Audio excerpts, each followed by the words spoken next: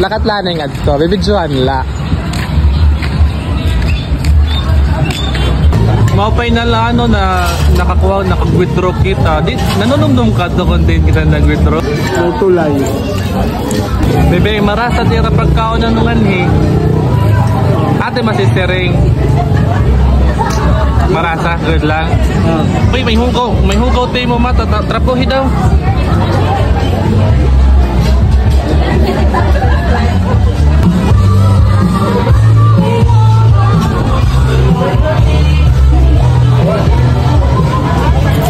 Bibi, pumalta ko na ice cream. Choco melt. Ano niya? Ano? May life na ini. Ano video?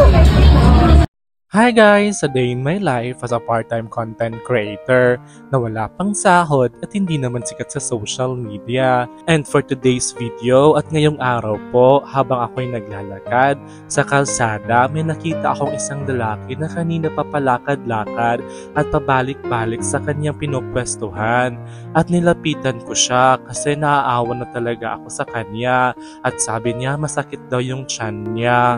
At grabe talaga, nakakaawa siya. Kaya dinala ko na lang siya dito sa Tita Kim's restaurant para kumain.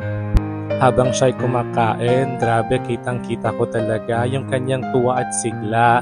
At habang siya'y kumakain at tinanong ko siya kung saan kami unang nagkita at ang sabi niya, May tulay.